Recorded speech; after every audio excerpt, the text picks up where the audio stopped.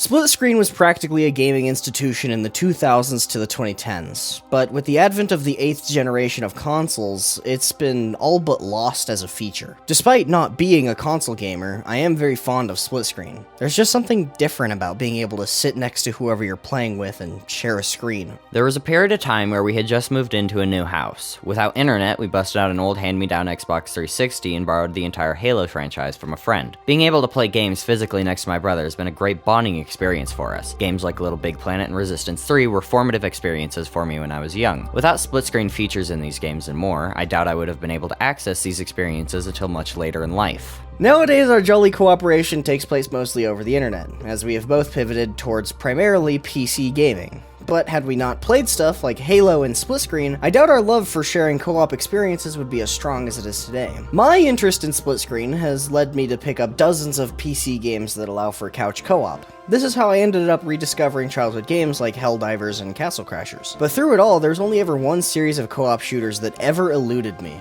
A trilogy containing some of the most compelling, interesting, and downright thrilling co-op mechanics I've ever experienced. A trilogy that felt out of reach for so long that I had all but forgotten about it. Until today, that is.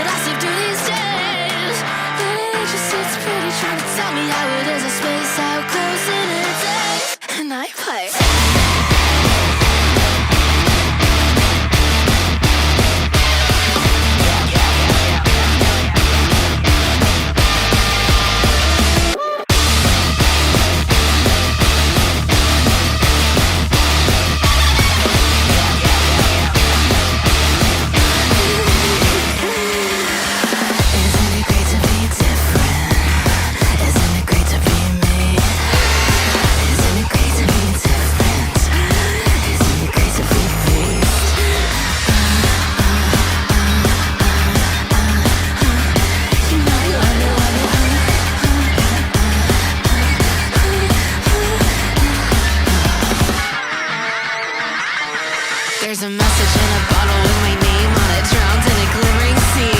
Pretty white lies in a pitch black room. The sum of my parts is nothing, nothing, nothing, nothing. What is happening to me, happening to me, happening to me, happening to me? Mama, can't you see what's happening to me, happening to me? Mama, can't you see?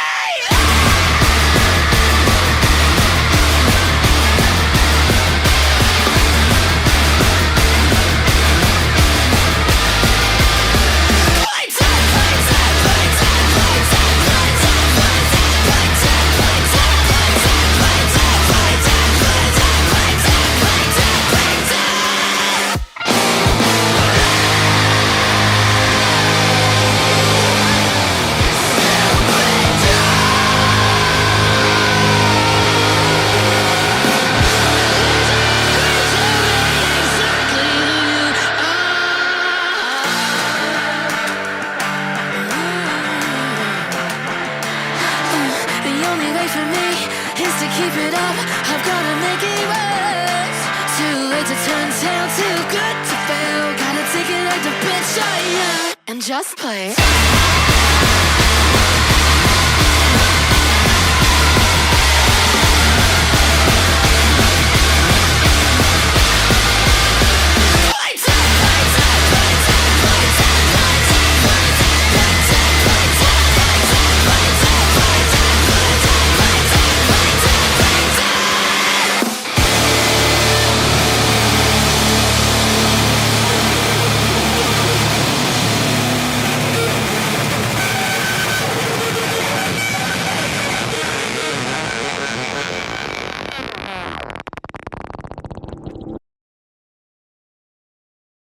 This video initially started as an attempt to play the two Army of Two games that we had never really experienced, only having ever owned the second game in the series. Eventually, after dissatisfaction with attempts to emulate the games, I came up with an idea. What if we made a retrospective type video about the franchise? So, a week and $50 later, we had the two games we lacked, thanks to a random GameStop in Texas, as well as a cheap capture card so we could record the footage. So, Army of Two was released in 2008 to pretty mixed reviews, mostly due to the fact that Gears of War had come out 2 years earlier, and its sequel was about to drop very soon after Army of Two hit shelves. At its very core, Army of Two is Gears of War, much like most cover shooters. However, Army of Two manages to make up for its derivative gameplay with several mechanics that are far more compelling than anything Gears had to offer us. Army of Two's first two levels are effectively tutorials, with the first real mission itself being effectively a microcosm of the whole game. You start the mission, shoot a bunch of bad guys, do a scripted sequence, and then fight a boss. This is pretty much how every level plays out, and is pretty representative of the overarching plot. Speaking of plot,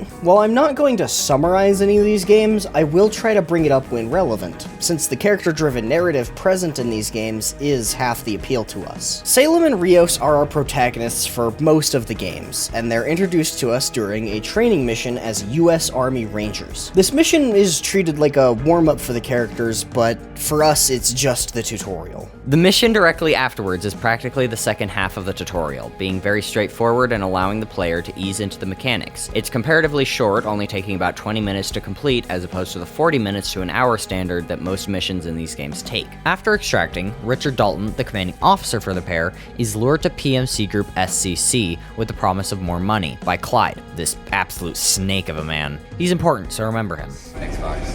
You boys are unstoppable down Yes, there. actually. Like an army of two. Like an Army of Two! Yo!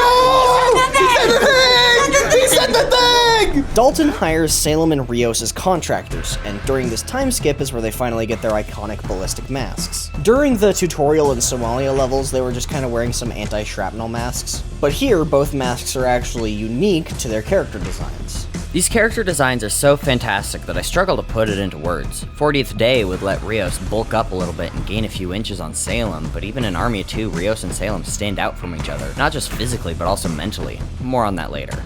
Army of Two takes some clear inspiration from Call of Duty Modern Warfare.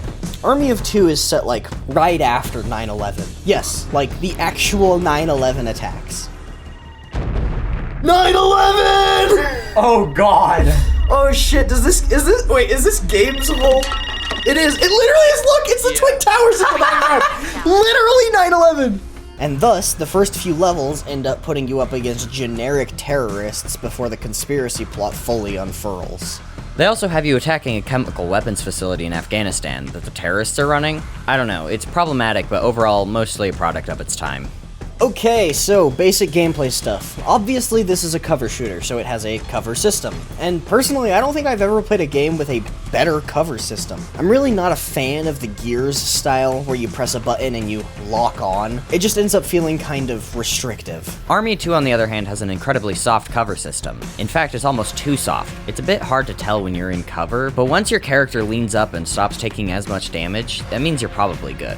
One of my favorite details regarding the cover system is actually the dynamic animations of the blind fire mechanic. When you blind fire, you'll obviously stick your gun above the cover, but the higher or lower the target is relative to you, the more you expose your limbs to hit said target. It's really neat to see, and it just kind of feels like there was a little bit more effort put in there. The thing that really sets Army of Two apart from its competition is how it's designed from the ground up as a co-op experience. Despite the fact that most games with cover systems support co-op play, Army of Two is literally designed around the concept. It's kind of in the name. For example, progress gates are no stranger to co-op games, those rolling shutter type doors that block the way forward, but Army of Two does something very unique. Army of Two introduces high walls that tend to block progress to the next area in each of these games. Either player can initiate a step jump, which allows the second player to peek up and shoot at any enemies that might be up there. Once it's confirmed to be clear, the second player is boosted up and can initiate a pull-up to bring the first player into the next area. Shields can be grabbed from the environment, such as ripping doors off cars or just picked up from enemies, and allow you to become mobile cover for your teammate. If they lock onto you, they can still shoot over you while you move up, which is pretty good for flanking and pressuring enemies to move. While we didn't use this mechanic often since the shield bearer doesn't have any ability to fight back, When we did use it, it was very much a strategic decision. The ability to use your environment to benefit not just you, but also your teammate is also something that feels so natural for this game. Moving on, Back to Back is a scripted section in just about every level where you become surrounded and have to fight off waves of enemies to continue. They're really easy for the most part, since time slows and you get plenty of time to react to each new enemy showing up on whatever flank you're covering. Despite that though, it's really fucking cool as a set piece in a co-op experience. And last, but certainly not least, the most interesting mechanic Army of Two has to offer is aggro. Put simply, aggro determines where the enemy will direct their attention. So long as you are visible and actively shooting, you will draw aggro. The moment you stop shooting, for example to reload, that aggro swings over to your partner momentarily. You can draw aggro more efficiently and faster if you have bigger guns that are unsuppressed. This, combined with the pretty unforgiving difficulty, actually leads to gameplay in these games feeling quite tactical. The game also features an on-screen aggro meter, which makes managing it between the two of you significantly easier. If one player remains at maximum aggro for long enough, you get the ability to activate Overkill, which just kicks the mechanic into overdrive. When activated, whoever was the high aggro player is forced to stand and continues to draw all the aggro and gains increased weapon damage. Their partner, however, becomes fully invisible. Not functionally invisible like outside of Overkill, actually fully invisible. During Overkill, the low aggro player straight up cannot be targeted by enemies, even if the high aggro player is out of sight. This mechanic is just as likely to turn the tables in your favor as it is to get you killed. It requires both players pulling their respective weight to pull off well. Between the enemies dealing high damage, going down being very punishing, and aggro, you end up with a really fun, tactical cover shooter that's in a league completely of its own. This leads us to the store. Each time you hit a checkpoint, the game will stop and ask if you want to go shopping. It's kind of a pain in the ass to navigate since each shop requires its own loading screen, and each player has to enter their own shop interfaces. But after you get over that, it's pretty great. While the selection is really limited, enemies generally aren't too difficult to kill, so while bigger guns might have better stats, you could beat the game with the starter guns just fine. Not to mention each gun has a handful of customizable parts which modify various aspects of each gun, including suppressors which lets you draw less aggro. You can see where this freedom to customize opens things up. As my sibling played Rios, they decided to build their primary weapons to draw as much aggro as possible while I did the opposite for the most part. It let us coordinate a bit and gain ground on some of the harder levels. Yes, I would like to access mid-mission shopping. I have so much more money. It's so funny. It's cause Salem be playing Peggle. It's around level 3 where Rios begins to spin up some conspiracy theories, and over the next level and a half, Salem starts to give him shit almost constantly about it. How did we get ambushed before? We're uncoded freaks. Only ones who knew our location was SSC and Army HQ. Don't know, don't care. We hear about these ambushes every day on the news. I think someone's telling them where our troops are. You and your conspiracy theories. You're a real piece of work, Tice. I talked to Section 8 and he thinks someone is leaking U.S. troop positions to our enemies. You gotta chill on the conspiracy theories, man. Well, he thinks it's coming from inside SSC. Must be the Illuminati. After this level, the pair are hired alongside Clyde to assault an aircraft carrier taken over by terrorists, and after clearing the deck, they have to go below in order to find their way to the bridge. On the way, they find out that Clyde has been feeding information to the terrorists. Hey, what are you guys doing? Who's that guy? Both of you are fucking dead. What the hell was Clyde doing? He was helping the enemy, that's what he was doing. I told you to mind your own fucking business. The pair finish clearing out the ship, blow it up, and escape on an emergency raft, trying to figure out what to do next. Meanwhile, they head to Korea to help out one of the arms dealers, and in the process accidentally reactivate their radio where their handler, Alice Murray, finally gets in contact.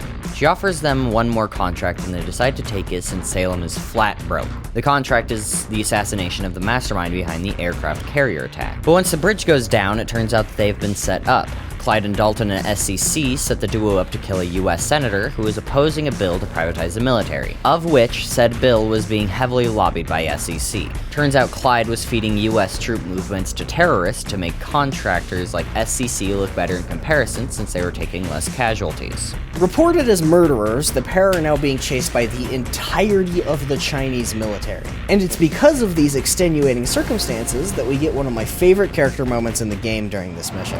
Hey, Tice. Who do you think's the best rapper in the Wu-Tang Clan?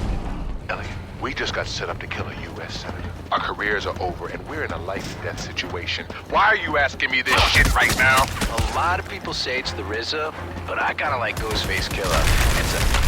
Actually, I don't think I ever heard the You Got album. Did you hear that? Will you shut up with this stupid bullshit and let me think? Chill, man. I get it. We're both under a lot of pressure. You cope your way, I talk Wu-Tang. If you don't shut the hell up, you'll get to cope with my foot on your ass. Salem and Rios' characterization is fantastic throughout the whole game. Their banter was constantly making us laugh, and the voice actors nailed the performances. I really can't think of any other character duos in gaming that are as charming as these two characters, which I think makes them my favorite co-op duo of all time. Looks like we found Ali Youssef's base. What gives you that idea? All the guards and weapons, the tower, or are you just a fucking psychic? You can call him a During this level, Alice is revealed to have no knowledge of the conspiracy, confirming Salem's claim that they could trust her. But before the level is even halfway over, Alice is kidnapped by SEC mercs for helping Salem and Rios find an escape from the Chinese military. Once the duo do escape, the same weapons dealer that the duo helped out allows them to borrow transport in the form of a plane. But unfortunately, Clyde snuck on board, kills the pilot, and blows up half the plane as it's entering Florida airspace. This whole cutscene is so utterly insane, but it fucking rocks. Alpha Starling to Homestead. No response. He's the woker, He's baby! the woker! Copy.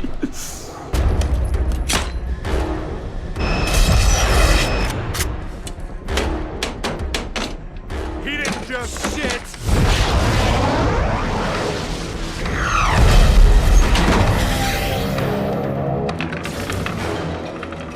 What an idiot.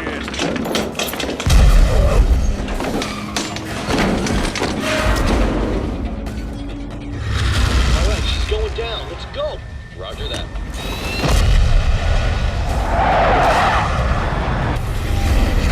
Let's get out of here.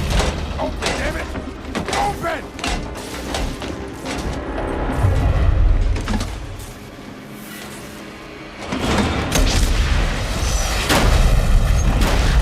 Whoa!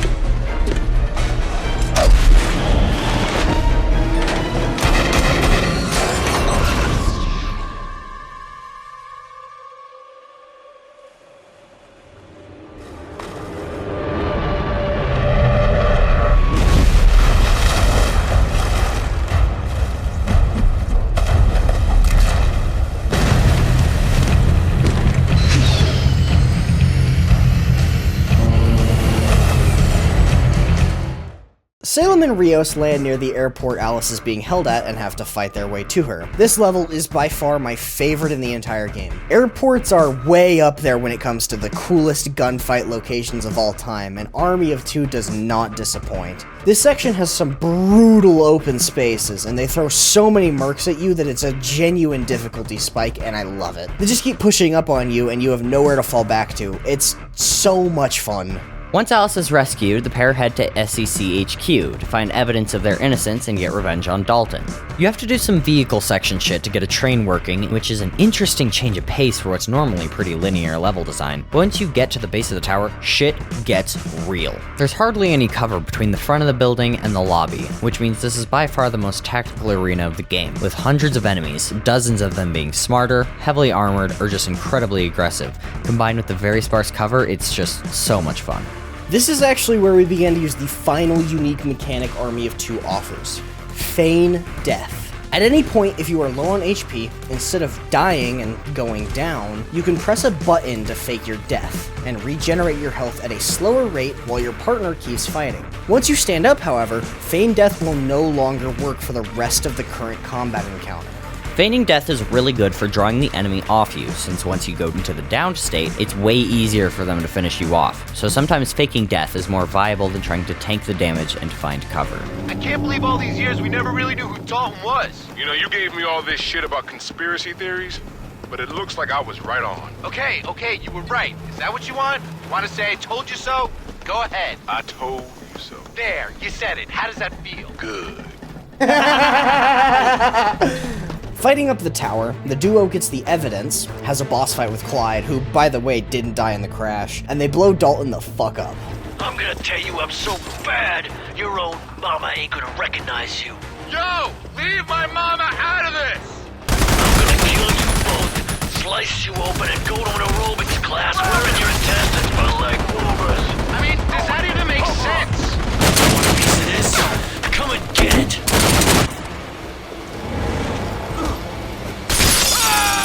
I'd like to see him come back from that. Ralph, there's no way. He's dead.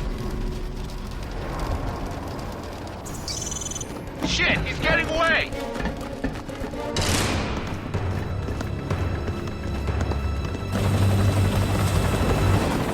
I'm sorry it had to come to this. I like working with you both. But this is what happens when you try to take the law into your own hands.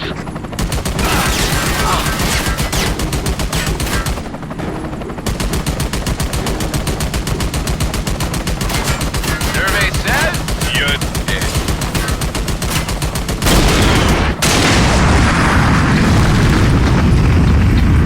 Come on, let's get out of here. With the conspiracy revealed and the evil PMC thwarted, Salem and Rios form a new company called TWO.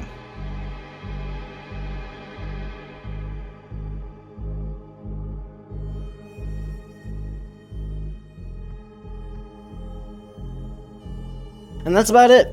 Army of Two is really rough in some places, but very charming as a co-op shooter.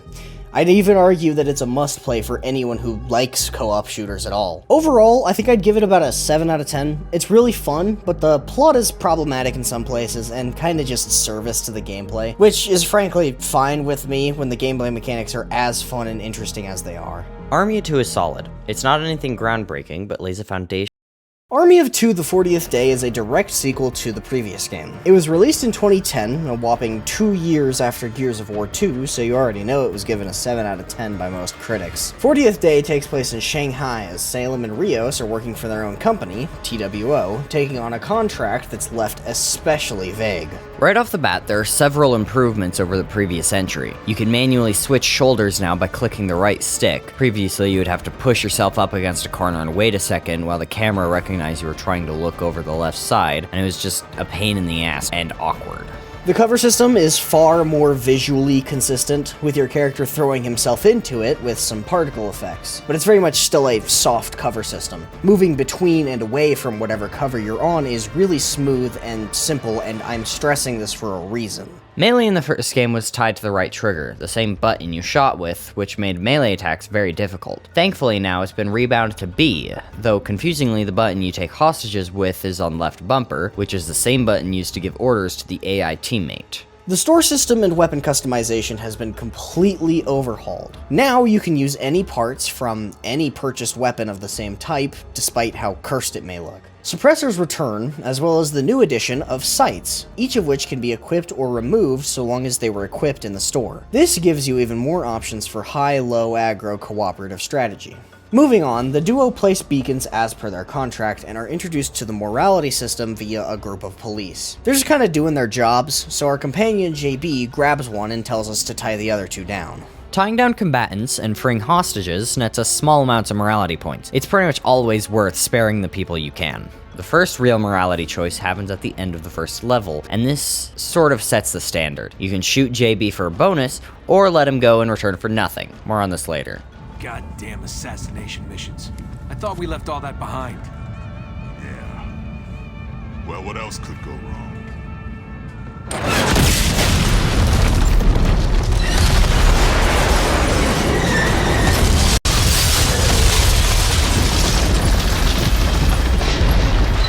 Shanghai is now under attack.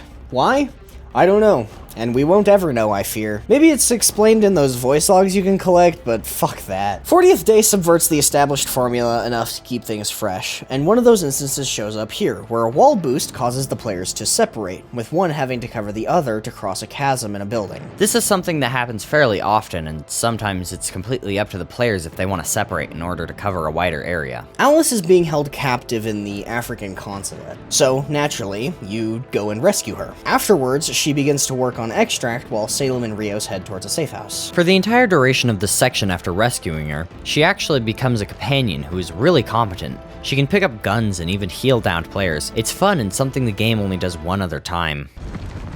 There it is! Get on the platform and I'll work on the controls. Once you're on the ground, I'll find a place to bunker down and contact you when I can. This is where the first of two back-to-back sections happen. Back-to-back in this game is far more interesting with how it's implemented. Army of Two almost felt obligated to have a B2B section in every level because they didn't know what else to do with it. Whereas 40th Day instead uses it during pivotal moments where the players are in an overwhelming situation. The set pieces are also just far more interesting in the 40th Day. While there were a lot of back-to-back sections in the first game, every single one was kind of just a normal arena you've already fought in, where enemies pour out from nowhere like a badly designed Left 4 Dead 2 map. 40th Day has a significantly lower number of back-to-back sequences, but they are placed perfectly. Descending into a construction site swarming with enemies via a fucking crane is far more interesting from both a gameplay and visual standpoint. Down on street level finally, the duo makes their way to the zoo. The Keeper lets them through in return for assistance clearing out the mercenaries sweeping through there.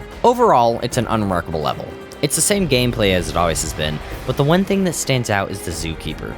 He has a monologue about morality and making decisions, and it's overall just the game telling the player about the basic thesis of the game. Who are you when nobody will hold you responsible?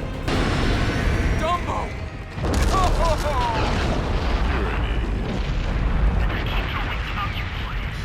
Follow the stairs on the left. I'll open the trap gate. My poor grandfather, forced to shovel shit for the Japanese during the occupation. Then to shovel more shit when the Russians came and the Japanese fled. What's this guy's deal? No idea. When the Russians reached the border, the Japanese panicked and ordered all the dangerous animals destroyed. It may seem rational to us now, but wars are strange things to a person's logic. My grandfather was ordered to shoot elephants. Can you imagine how many bullets it takes to bring down an elephant? But the Japanese believed these animals would endanger the local populace, so although they tortured my grandfather by ordering him to shoot them, perhaps they did it with the best of intentions. You think we can trust this guy? Not for a second. Where the hell is he taking us? Oh, my poor grandfather. Such a dilemma. To follow orders and shoot animals you spent your whole life protecting, or risk being shot yourself. Such key decisions only occur a few times in a life, and I believe choosing to remain at my post here, despite the catastrophe, is one such decision. Can you say you've been as true? If I could get at this guy, the choice between listening to this crap and breaking his jaw would be an easy one. If you take the morality system and this monologue at face value, it comes off as kinda tacky, an 8th grader's idea of tough moral decisions. But that's kinda why I like to look at it as instead asking you, who are Salem and Rios when nobody's watching? While the players control Salem and Rios and make the ultimate decision of what they do, either of these paths is fully in character for them. They're mercenaries. They kill people for money. In the moment, these decisions might seem arbitrarily binary, but very few of these choices tend to matter in the end. JB dies anyways, the security guard sells the guns to criminals, the tiger escapes and mauls a looter. There's always more to the story though. Killing JB might not mean much to you, but the security guard has kids who need him. The tiger is the last of its species. But in return for these bad morality choices, you're oftentimes given access to short-term rewards, such as weapons, money, or even gun parts. All things that make getting through this game slightly easier. On your way to the safe zone, Salem takes a really nasty fall, and Rios presumably takes him towards the main area of the level, that being a hospital.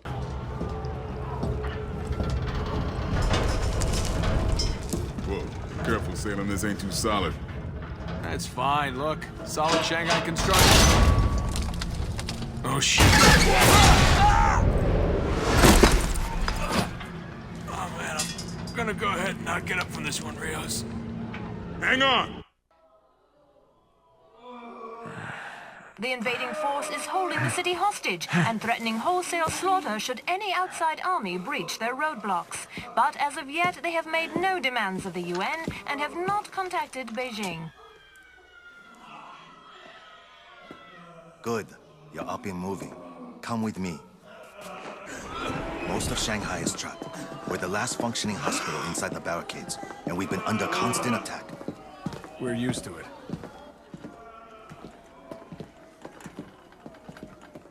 I don't like mercenaries. I don't like what you do or why you do it. But I require your help. I saved your lives. Now you will help me save many more. What can we do? Get our backup generators running. Then hold off the invaders until we can evacuate the hospital. I'll be guiding you by radio. Yeah, listen, pal. We don't really have a dog in this fight. We just want to get the hell out of Shanghai. We'll do it. But only if you get us out of town once your people are safe. It's a deal. My name is Wu.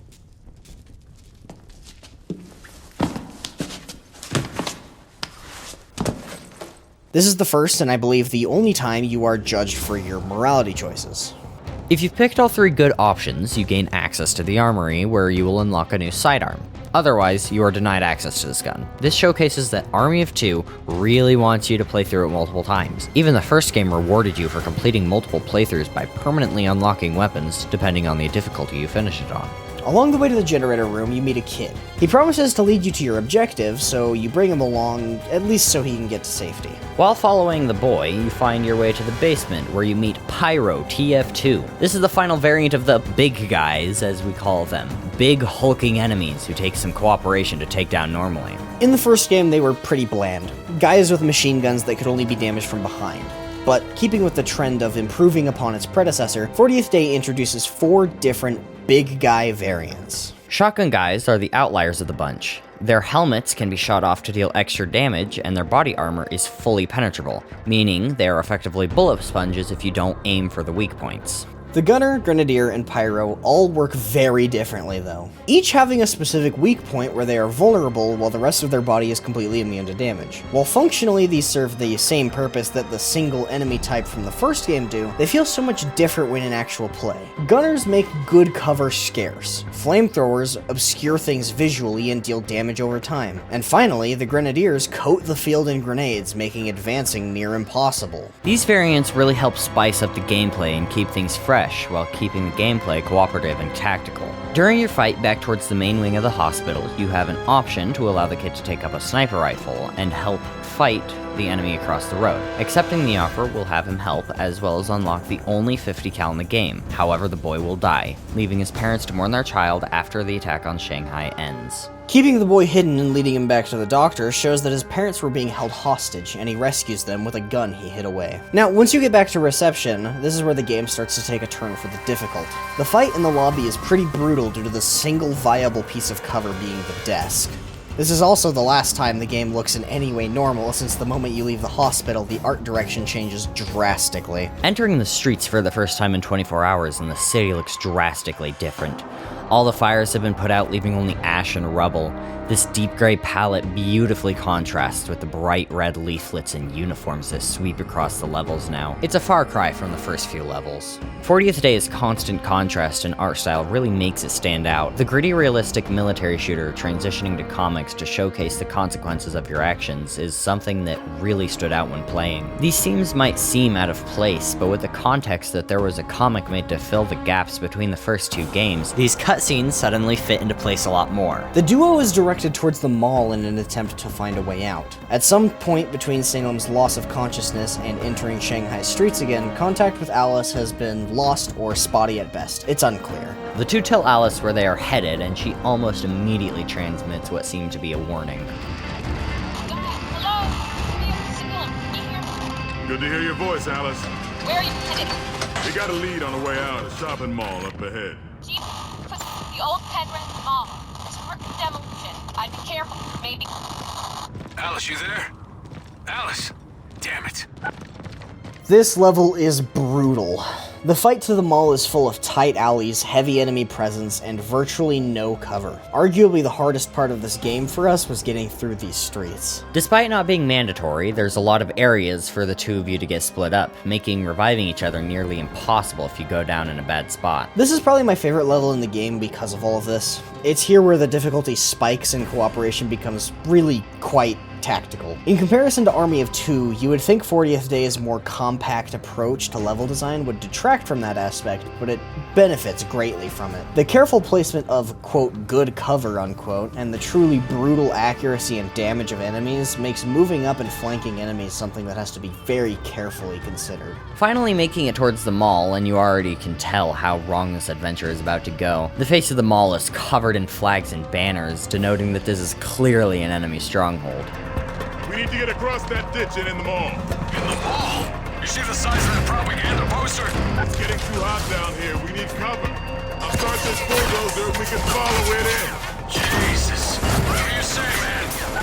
The duo decides that getting into the mall is better than staying outdoors, and it's here where we actually notice something. A small detail is pretty interesting. Each line that functions as an objective notifier actually has two variants, one for Rios to yell it out, as you just heard, and one for Salem, which is pretty neat. As any playthrough, you could have Salem or Rios offering up the same plan, but with different lines suiting them. Just a cool attention to detail.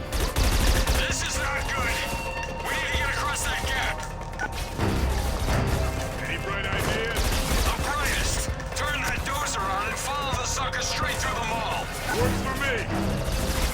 Once you make it out front of the mall, you're forced into the second and final back-to-back section, and this one is my favorite in the entire series. Outside of a major stronghold, you are naturally surrounded by the enemy and eventually overwhelmed. For the first time in Army of Two, back-to-back is interrupted by an enemy RPG and the duo is captured.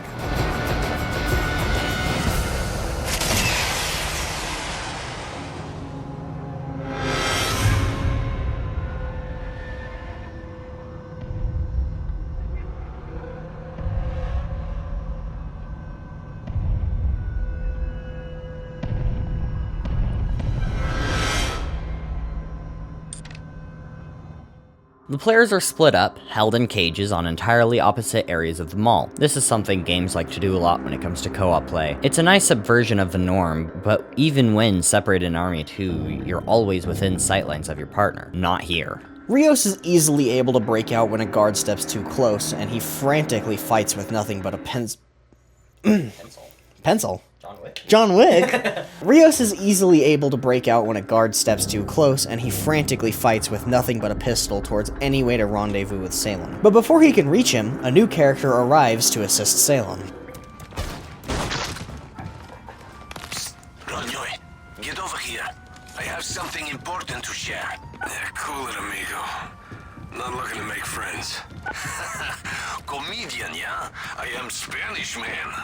Amigo. Good. We will get along. Who the hell are you, man?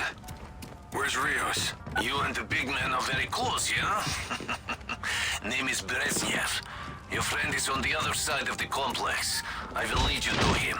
Ah, shit. Salem and Rios, completely separated from one another, eventually fight their way back to each other, meeting up in the middle. It's a really cool section that continues to shake things up after the brutality shown earlier in the level. There is gear.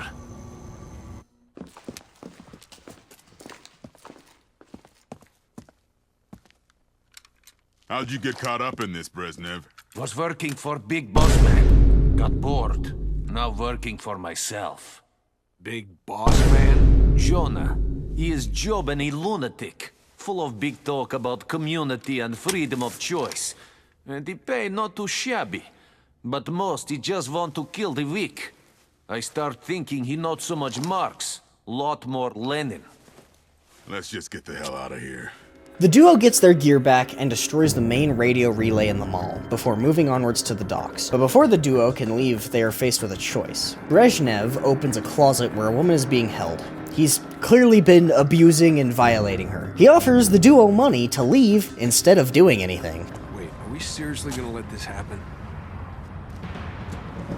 What's the deal, Brezhnev? It's none of your business. Go now, before I stop liking you. I don't know if we can do that.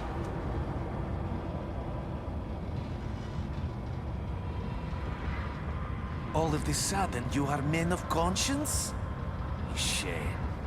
Well, let me help you a little. I give you cash to walk away. Easy money. This was literally the easiest decision we have ever made. God damn it! Don't worry. Nobody's that good a shot. Yeah, ha. I'm not gonna be laughing about 3 pints of blood from now. I'd say we're about even. Let's see if she's a better aim.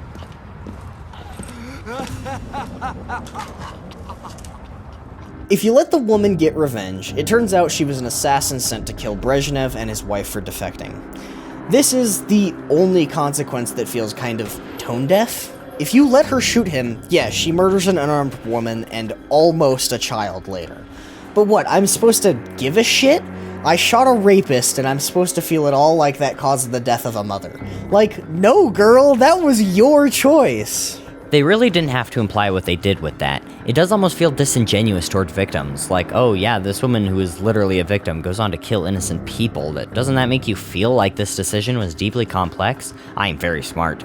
And instead, it feels like I'm supposed to not shoot a rapist. 100 times out of 100, I'm shooting the rapist. The victim can do whatever they want, even if it's evil, like killing a baby, because you know what? We support women's wrongs. We beat each of these games in one sitting, so by the time we hit the docks, we were absolutely exhausted, which helped us get a feel for what Salem and Rios were no doubt feeling at this point. This level is far less significant than any other in the game. It's got some fantastic level design, and it's a blast to play, but there's really nothing here to talk about. Well, with one exception. After shutting down and destroying various AA batteries, Alice shows up in an exfil chopper, and despite all our efforts, the helicopter is shot down and crashes into a nearby building, instantly killing Alice and the pilot.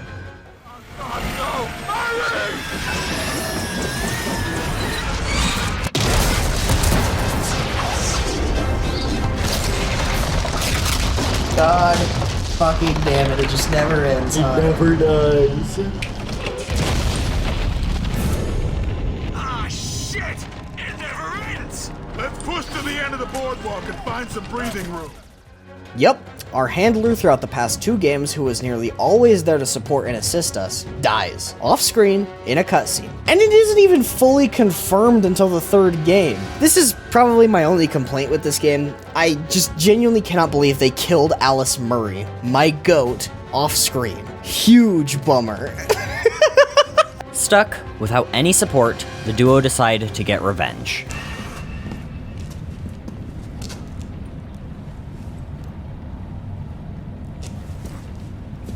That's it then.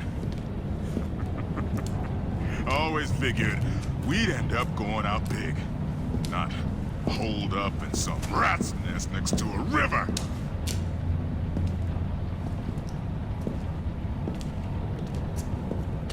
I guess we're lucky we got as far as we did. Salem. I want to kill him. Kill who? Jonah. I just need one clean shot at him.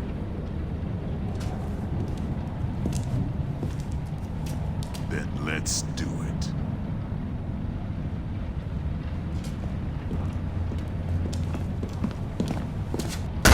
This is it. The final level. This one really puts you to the test. The level design splits you up almost immediately, and once reunited, you have to fight in open areas with some really tough enemy spawn locations. Fighting your way through, Jonah finally grazes your ears as he begins to speak to you over loudspeakers.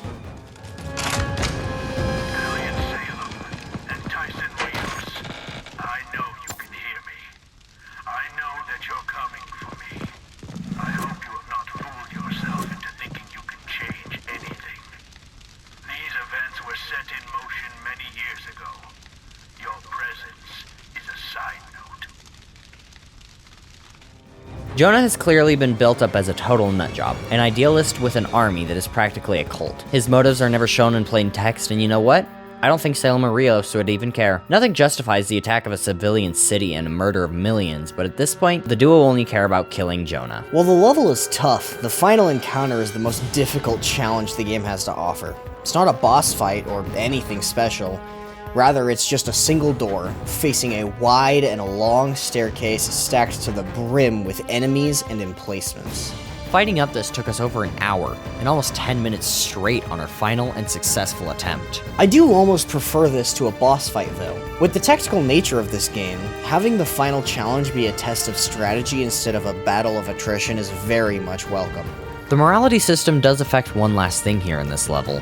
Depending on your morality and how many civilians you were able to rescue, the people of Shanghai will actually come and assist you during this level. We weren't able to see this on our first playthrough, but on a second playthrough, we were able to see this in action. Although it didn't ease the difficulty at all, it was still neat. Rather than summarizing the final cutscene, I'll just go ahead and play it in full here, since I believe this is the strongest way that 40th Day could possibly end itself.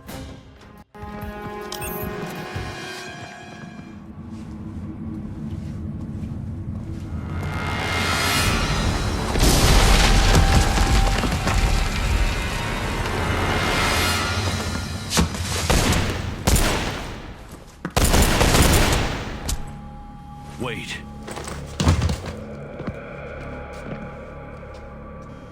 This is the detonator for a nuclear bomb, located in the heart of that city. I let go and 7 million people die. Bullshit! Shoot me then. I wonder if you'd be such a tough mercenary with the blood of 7 million lives on your hands. Salem. So what now? Have you noticed the way people have been behaving in this society that we live in? Animals. All of them.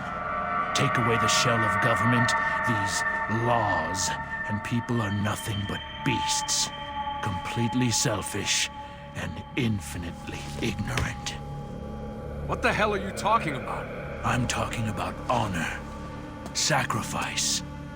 Something you would know nothing about. I release this trigger and 7 million people die. Unless I give the order, my men continue to execute civilians. You have no power. But if one of you is willing to show me sacrifice, I will order my men to pull out. We will leave, and I will disarm this bomb. What sacrifice? What are you talking about? If one of you has the will to shoot the other, sacrifice your partner for the greater good, I will do as I said. Kill your partner. Kill your friend, and all this ends. You're out of your mind. You have 10 seconds. 10 seconds or I make the decision for you. There's two options here. Let's start with the one that's considered canon. You can shoot your partner. In this case, Rios shoots Salem, and in return, Jonah gives the order to pull out of Shanghai.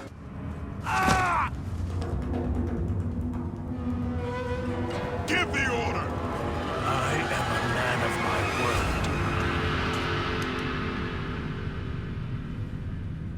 word. Jonah is shot, and Salem is left dying as the UN arrives in Shanghai and offers aid to the citizens. Rios catches a ride out of Shanghai on a chopper, completely alone. His partner's dead, and Shanghai saved. The other option is to just shoot Jonah.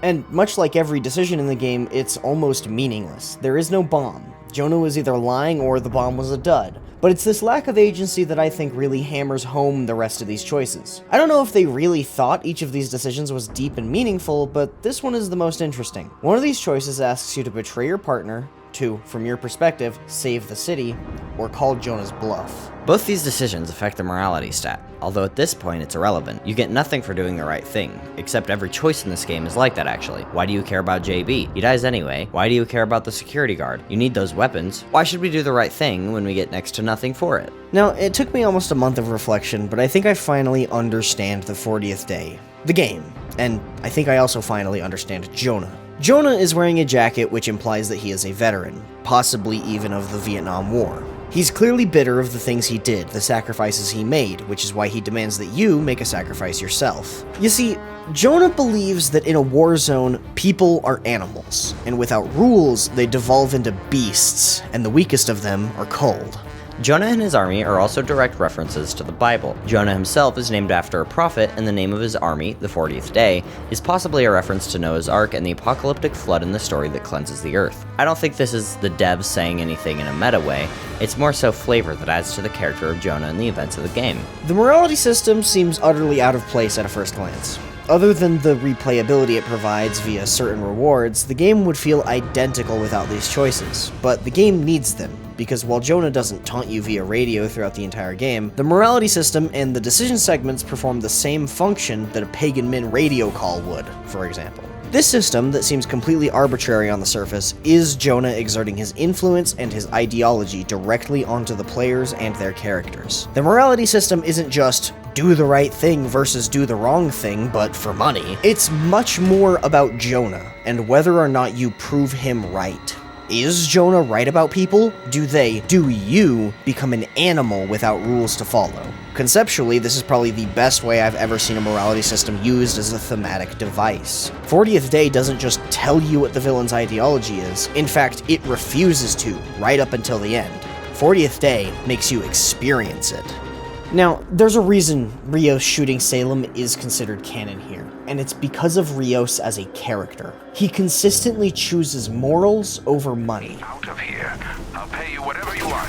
I don't want your money. I want you to help us clear our names. I have copies of the evidence spread out on 4 servers in the archive room.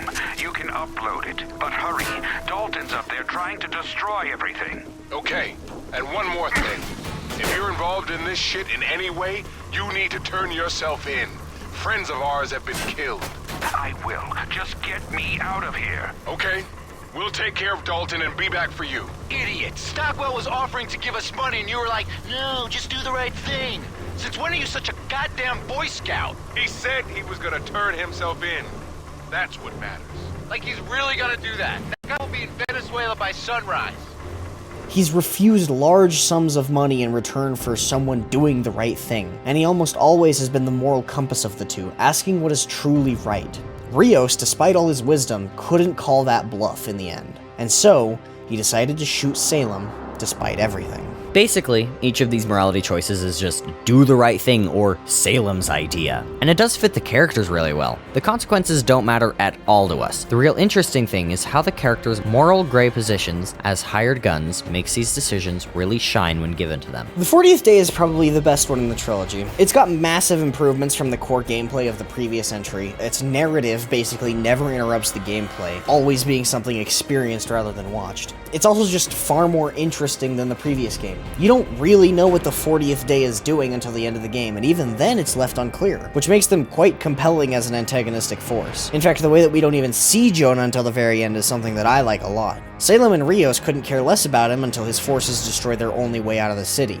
The art direction is really good, not just in the design of the levels, but also with how it shows the aftermath of the morality choices in a graphic novel style, which breaks up the pace just enough between combat encounters. The 40th Day has only 7 missions, but each can take up to an hour on harder difficulties. The 40th Day is actually my favorite entry for its difficulties, since each Army of 2 game increases the stakes and difficulty with each new level. The 40th Day, however, has the most intense spikes of difficulty due to its level design. Where Army of 2 had wide open levels that made traversal difficult for the players, 40th Day instead opts for more compact, tightly built levels, which often offer more cover, but later on mean that movement and safe cover is incredibly limited, making for some incredibly tactical gameplay. I think I have to give it a 10 out of 10.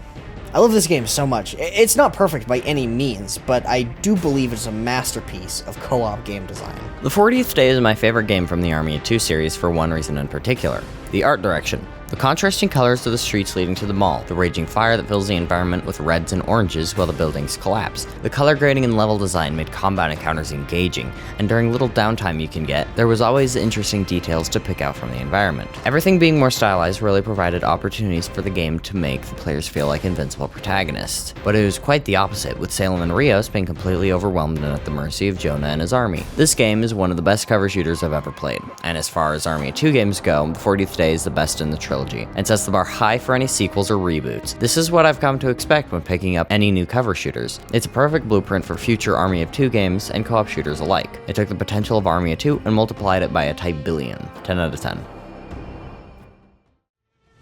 Army of 2 The Devil's Cartel is the third and final game in the series. Coming out in 2013, it was hit with the worst reviews in the franchise from both fans and critics alike, and for good reason. Army of 2 The Devil's Cartel changes several core aspects of the previous 2 games and dumbs them down for absolutely no reason. Army of 2 The Devil's Cartel is not a good Army of 2 game. It's hardly even average. While playing the tutorial, it immediately felt like something was off. First of all, the split screens were separated, which was uncomfortable to look at, and felt subconsciously separating as as a co-op experience. The cover system was much harder than previous entries and felt really sticky. The UI felt incredibly intrusive, and last but not least, the aggro meter was nowhere to be found. While the aggro meter is non-existent, the feature itself hasn't been fully removed. You can still draw aggro, and each weapon has stats relating to aggro, but you really cannot tell when one player is drawing more aggro over the other, at least not without using TWO vision. Viewing the aggro state of an enemy in TWO vision is so bad. To see if enemies are aggroed on you, you have to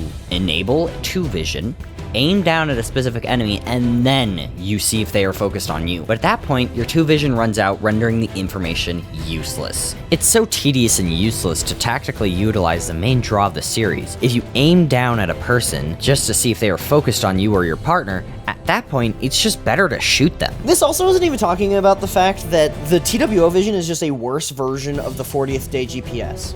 40th Day actually marked enemies with a little pointy down arrow, which made them slightly easier to see in the monochrome overlay. When you actually spotted the enemies, their whole body would glow and you would be able to see it through objects, which allowed you to actually reliably point out specific enemies to your partner.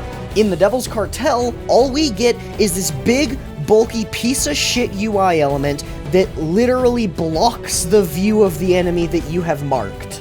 The new characters have a unique boost animation, which is kinda cool to see as a detail, but mechanically the boost is significantly more dumbed down. In previous games, either player could initiate the boost, and when it was a separation boost, the decision of who was on what side of that separation set piece was completely natural and intuitive. However, in the Devil's Cartel, the game consistently asks players to use the D-pad to pick which path they want to take, which just feels so much less intuitive and almost like the game is babying the player. There are instances where a step jump and pull-up is required for progression, as well as step jumps where the separation is more natural, like previous games. However, they're very rarely used over the D-pad version. Not to mention, the game also separates the players near constantly, which really hurts the idea of a cooperative experience. Overkill returns in this game, but it feels kind of like an I win button, since you gain invincibility and your bullets literally explode on impact. No doubt about it, it's fun as hell, but it really trivializes things since both players have overkill meters that can be activated separately, and the overkill functions identically with no regard for aggro, unlike the first game. Overkill in the first game was a tactical decision. It allowed one player to deal more damage while the other could slip behind enemies, but the player with high aggro wasn't invincible, so it had to be used strategically or it would end prematurely when the aggro player went down. Once again, the mechanic just feels incredibly dumbed down for the sake of looking cool. A side effect of using overkill is that most cover becomes completely unusable in this game. This is because the Devil's Cartel introduces destructible cover. While 40th Day had some destruction to certain pieces of cover, it's literally everywhere in Devil's Cartel. I don't think this is bad. In fact, cover degrading makes for more tactically interesting gameplay, but it's not supported by the rest of the mechanics, as the Devil's Cartel feels so much faster paced and less cooperative, so overall I feel that it makes the experience a bit more frustrating rather than engaging. The revive is way too easy in this game. If a partner goes down in a bad spot, it's very easy to run out, heal them, and then run back. Due to the lack of a drag mechanic and the speed of the revive, it feels completely antithetical to the original design, where going down was heavily punished and exposed not just you but also your partner, and made recovering from that state significantly more difficult.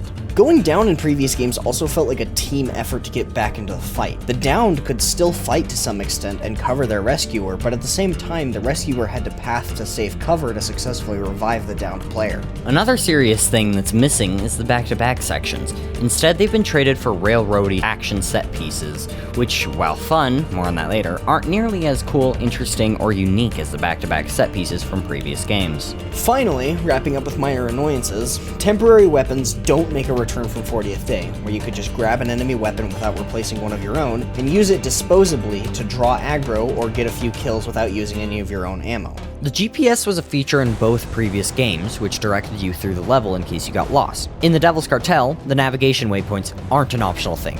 They are big, they are bright, and oftentimes obscure enemy positions due to their location on screen. And last, but certainly not least, there are no camaraderie buttons. In previous entries, if you pressed the interact or melee buttons, you could express positivity or displeasure with your co-op partner. It was a small thing, but much like everything in this series, it really gave it a sense of identity and, well, camaraderie between players. While there's not much that we do like about this game, there are a few things we want to bring up. There's a few quality of life improvements that made co-op play a bit nicer. For example, the ability for both players to shop at the same time was really nice, even if it caused the game to crash a few times. And a detail that I really appreciated was that whatever customizations your weapons had is accurately depicted in cutscenes, with characters using foregrips and whatnot. Moving on, the set pieces in this game are actually really great. Despite the fact that Army of Two has always been a gameplay-first series, even and especially with their cool set pieces, I do appreciate that the Devil's Cartel shakes it up a bit. One player driving a truck through the streets while the other shoots was a very fun change of pace. And likewise, there was a section that put you in the dark catacombs where only one player had a light and had to shine the way. While the armored truck set piece felt less inspired, mostly just being a point-and-shoot set piece, any set piece involving a helicopter was really cool. The one on top of the factory where you split up and one player covers the other with the minigun rocked, as well as the one in the quarry where the player on the ground got a grenade launcher. There was a third helicopter set piece that was really cool as well, where one player has a grenade launcher and the other one is on the minigun, while you're chasing down a convoy who's holding a character hostage. Midway through, you switch places and it's animated so well with each character feeling really in sync. See, the frustrating thing about this game is that it is truly terrible, and yet, in some moments, you can really see the DNA of Army of Two shine through all the shit. But despite that, it lacks all of the identity that an Army of Two game really needs. Finally, we come to the new characters. I know that on release a lot of folks really hated Alpha and Bravo, and at the start we did too. Alpha was boring, and Bravo was frankly quite cringe. But the more we played, the more they started to grow on us. I think, like a lot of things in this game, they are simply victims of bad writing. Their dynamic is almost identical to Salem and Rios's. They just weren't given enough room to explore or develop that dynamic. Their conversation was often only about the mission. It felt all business all the time, which, while fitting for Alpha's no-nonsense personality, doesn't make for good co-op banter. But when they start chatting about their personal lives, their girlfriend, or their dream of a boat, it really makes them feel more personable, and it was a step in the right direction. Unfortunately, those moments are fleeting. In moments of great relief or stress, Alpha lets his walls down, showing that he does actually like Bravo despite how much they seem to clash personality-wise. They both work really hard to keep each other's spirits up, and it's pretty good. It's just not as good as Salem and Rios. But it's not Alpha and Bravo's fault. Don't blame them. They did the best with what they were given, and you know what? I kinda love them for that. What are the chances Fiona will still be there when we get to the quarry? I don't know. I'm trying to stay optimistic. Like your whole having a family thing? Yeah, something like that. After a day like this, you could use some optimism. Just think about that dumbass boat of yours. You'll be fine. Almost there. Look sharp. For fuck's sake! Cartel incoming! Take cover in that building! You better get us the hell out of here! I'm working on it! Alpha, to whoever's listening, we need a chopper at the quarry outside of town. Look for the big goddamn gunfight. That area's hot as hell, Alpha. Do not leave us down here! Looks like it's just us, partner. Fuck them all. There should have barreled down here. Take out the targets on the ledges. Worry about the rest later. Clear. Hey, man! If you get out of this alive, hang this shit up! Go have your family! Well, we're both getting out of this one, partner. Yeah, right. Hey, stow that attitude, soldier. That's no way for a boat captain to act. I think it was ultimately this moment in the quarry that made us really actually like these characters, and I'm realizing now that it is for one specific reason. It is the camaraderie shown between them, which was absent throughout most of the rest of the game. Not just, in terms of the camaraderie buttons and the mechanic, but just a lot of their dialogue didn't feel as brother-in-armsy as Salem and Rios's did in the first two games. And this section in the quarry just really leaned into that, and I thought that it was really nice. And now, for arguably the most disappointing part of this game, the plot. The game introduces us to our new protagonists, A and B. Sorry, I mean Alpha and Bravo. The game quickly flashes back to a few years before the current cutscene where the new pair of mercs is working with Salem and Rios. Canonically, this game takes place after 40th Day. Salem was shot in order to save Shanghai, but in a light retcon, he survives and continues working with TWO. During the mission, they discover the woman they are trying to save is dead. Rios opts to rescue the surviving woman, and Salem begins to whine about being in danger. Despite every game prior to this characterizing Salem as fiercely loyal to Rios, even when he disagrees with Rios' moral decision, Salem opts to abandon his teammates and attempts to escape without securing a way out for anyone else. During this escape attempt, he climbs into a truck which gets hit by an RPG and traps him. So already, Salem is written to be completely out of character, and also incredibly stupid, which, while characterized as impulsive previously, he was never shown to be this dumb. Rather than actually climb in and pull his partner out, Rios stands outside, looking away from the car like a dipshit, becoming injured when it blows up.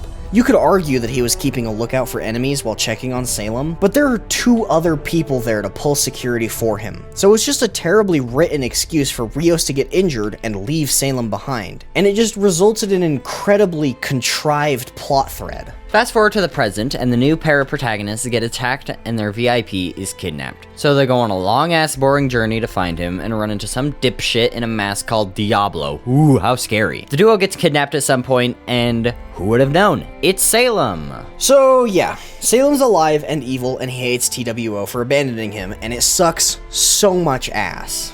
Salem's not inherently bad as a villain, as he's always been the selfish of the pair, and I could see him doing more evil shit for a better lot in life. But at the same time, the circumstances surrounding his turn just fucking suck. TWO tracks Salem to a cartel compound where him and the cartel boss are holed up. The pair clear a way for Rios, and eventually the 3 find Salem, who is holding Fiona hostage. Fiona was the woman we saved during the prologue mission where Salem was left for dead, but the only purpose she really serves at this point is to get shot to make Salem even more evil. Salem also shoots Rios before fleeing, and despite how adamant Rios has been about capturing Salem, he turns on a dime and asks the new duo to kill Salem. This almost feels out of left field, but personally I feel like it's a symptom of how unbelievably terrible the writing is. Salem has been mischaracterized so badly at this point that even Rios has given up on him. He is literally not even the same character that Rios fought beside for the past 2 games. This is not the same character that we spent 2 games falling in love with. This is not the army of 2 that we love, and that's truly the biggest issue I have with this game. If the gameplay was good, but the story was lackluster, the game would be great. Look at 40th Day. But the gameplay sucks, and the story is trying way too hard to be subversive, and it mischaracterized one of the main draws to the game in order to do it.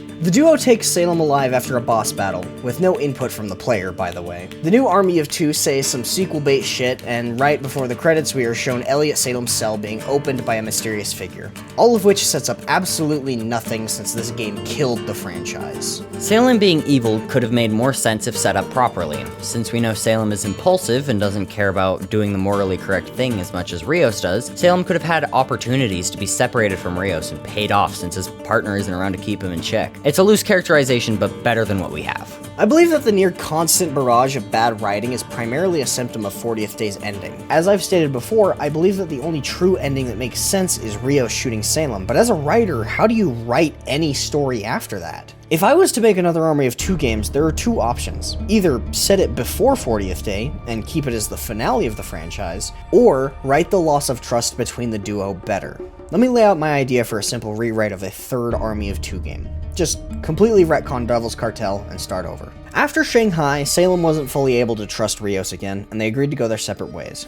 Years later, TWO is a very successful company. Maybe introduce a new pair of characters like Alpha and Bravo, or instead I'll use their last names, which do exist by the way. Miller and Ramirez. Miller and Ramirez are deployed to Eastern Europe to meet with a contact who turns out to be Salem. He needs TWO's help to get back at a warlord who betrayed him. The warlord escapes, and after the failed mission, Miller and Ramirez call an evac while Salem continues on his hunt for revenge. Their evac chopper is shot down and their communication with HQ is cut off. Salem offers the duo extract if they complete their contract with him, so they continue to follow his lead. The trio follows the warlord into a huge city where he's being protected by local gangs. The fighting gets so intense that local military gets involved. The city in chaos with fights between the protagonists, gangs, and the military creates an opening for the trio to finally kill the warlord. Salem pays Miller and Ramirez with cash stolen from the warlord, and they all part ways. Maybe years later, Salem can come back to TWO and rekindle his relationship with Rios.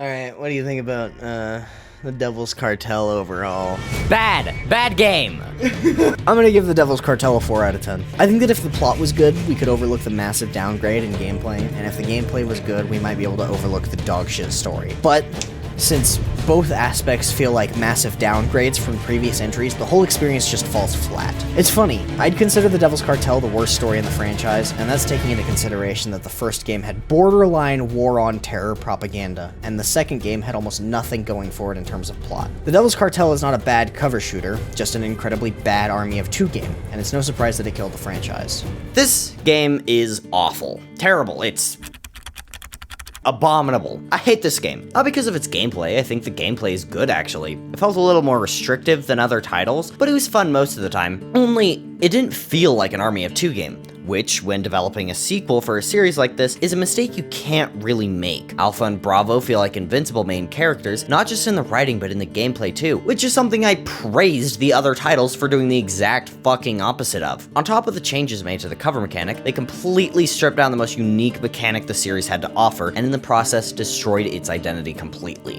1 out of 10. Unfortunately, Army of Two wasn't groundbreaking, but I don't think it had to be. It took the foundation that Gears of War built and then asked, how can you make cooperation in a shooter like this more interesting? And I think it answered that question by developing mechanics that haven't been seen in a game since. Every aspect of the first two Army of Two games is focused on cohesion with your partner, trading aggro between each other, wall boosts, etc. These games are significantly less enjoyable solo. It's one of the only games I can think of where cooperative play with another human being is almost required for the full experience. Now, I've played Gears of War and the Rainbow Six Vegas games, but absolutely nothing scratches that tactical co-op cover shooter itch like Army of Two does, which is why it's so disheartening that the franchise is completely dead after the flop that was Devil's Cartel. Now, even though it's nigh impossible, I'm praying for a new Army of Two game. Whether it's a reboot or a true sequel to 40th Day, I really wouldn't mind either option.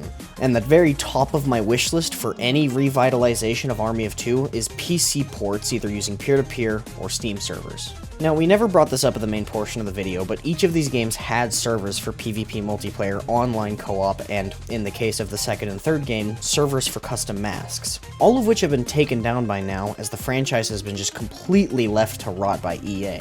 And unfortunately, I think that's all I have to say on the matter. Thank you for watching, and have a great rest of your day, evening, night, whatever. I don't know. Go ahead and drop a like and subscribe, and also support me on Patreon if you want. I don't know. I don't care. Bye.